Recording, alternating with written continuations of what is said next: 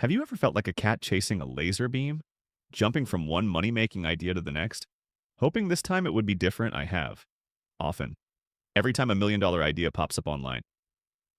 I think this time I'm definitely going to make it. But less than a week later, I find myself back at square one. More confused, more skeptical, and honestly, more exhausted.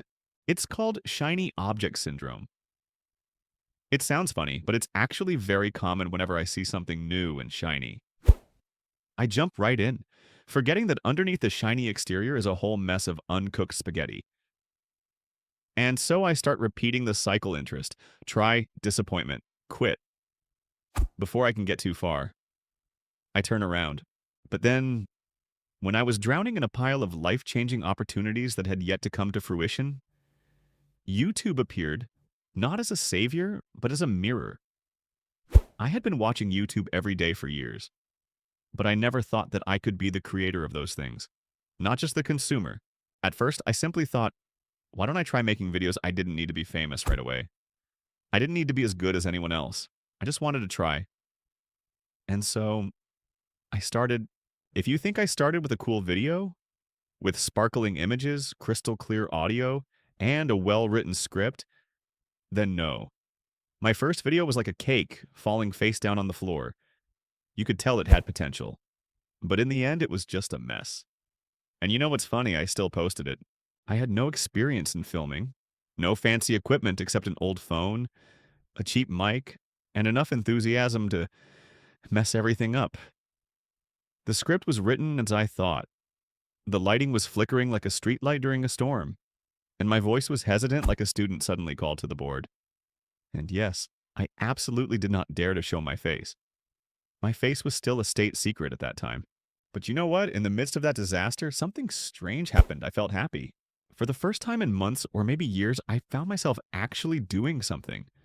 Not looking for opportunities, not dreaming of wealth, not chasing after those get-rich-in-7 days things out there, but sitting down, writing a script however bad, shooting a scene how shaky and blurry, and editing until late at night with free software that would freeze every 5 minutes. It was the first time I had ever taken action, and it made me feel alive. After hitting post on that first video, I didn't expect much. I didn't even think I would look back. But then, like an adrenaline junkie, I kept opening the YouTube Studio app to check the view count. The result, 10 views, of which I think 6 were mine. It sounds funny, but to me at the time, it was a victory. Even though it was small, and thus, even though no one cared, it proved one thing I had started. And from that moment, I understood that YouTube is not a race of who is faster, and it is a journey of those who are brave enough not to stop. When I first started doing YouTube, I thought I was searching for the key to success, like a secret formula that someone just had to whisper to me. And then my life would turn a new page.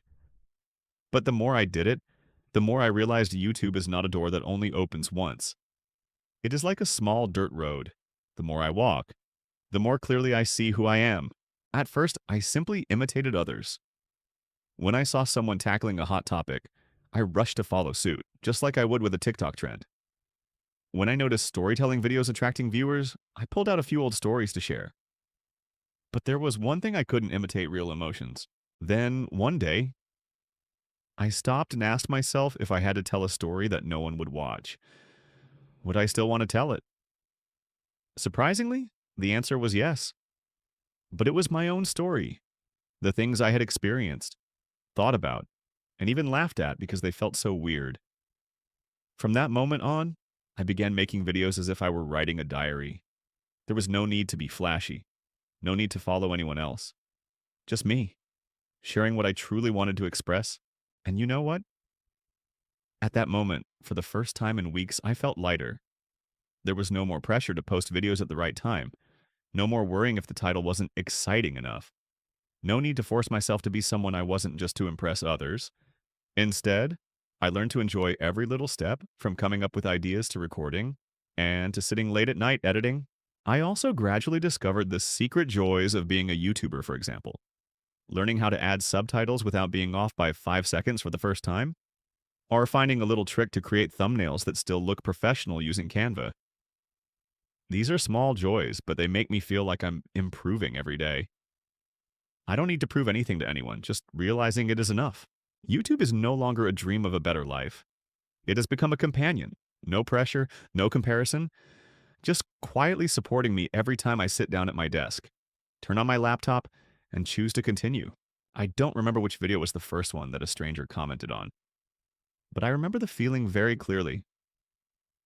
It was late one evening, and I had just finished editing a video for the next day when my phone buzzed with a notification from YouTube Studio.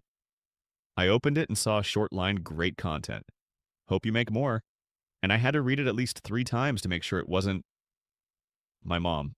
Then it happened a few more times. A stranger said they watched my videos every morning for motivation. Another person said I was the reason they dared to try making their first video.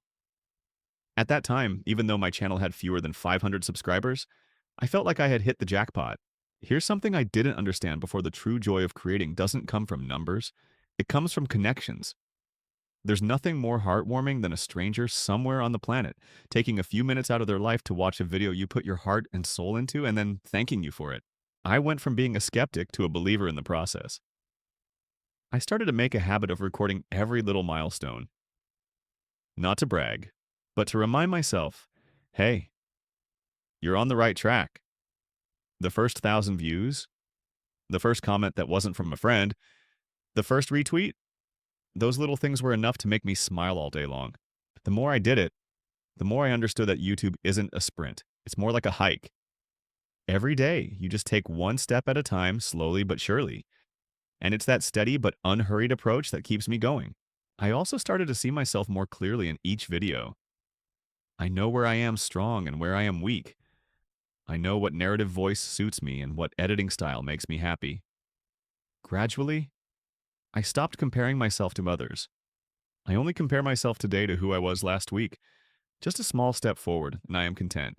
If you have come this far with me, you are probably in the middle of your own journey. You may still be skeptical, not seeing any big results yet.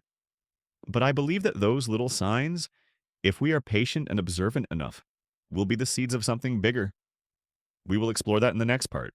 After months of struggling with YouTube, I gradually realized one thing: doing YouTube is like planting a tree. Not every seed that is planted sprouts right away. Some seeds take weeks to germinate. Some seeds that are thought to be dead suddenly sprout after a few months. My YouTube channel is no exception.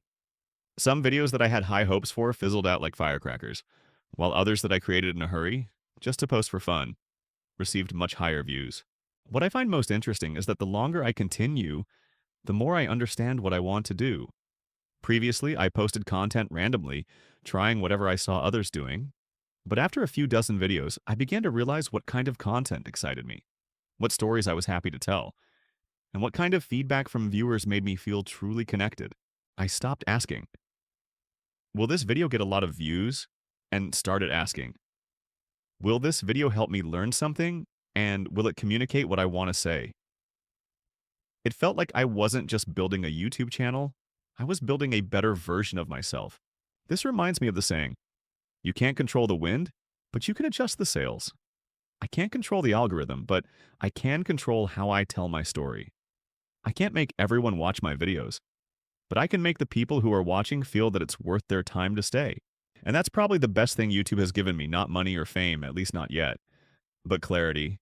Clarity about who I am, what I stand for, and the values I want to spread.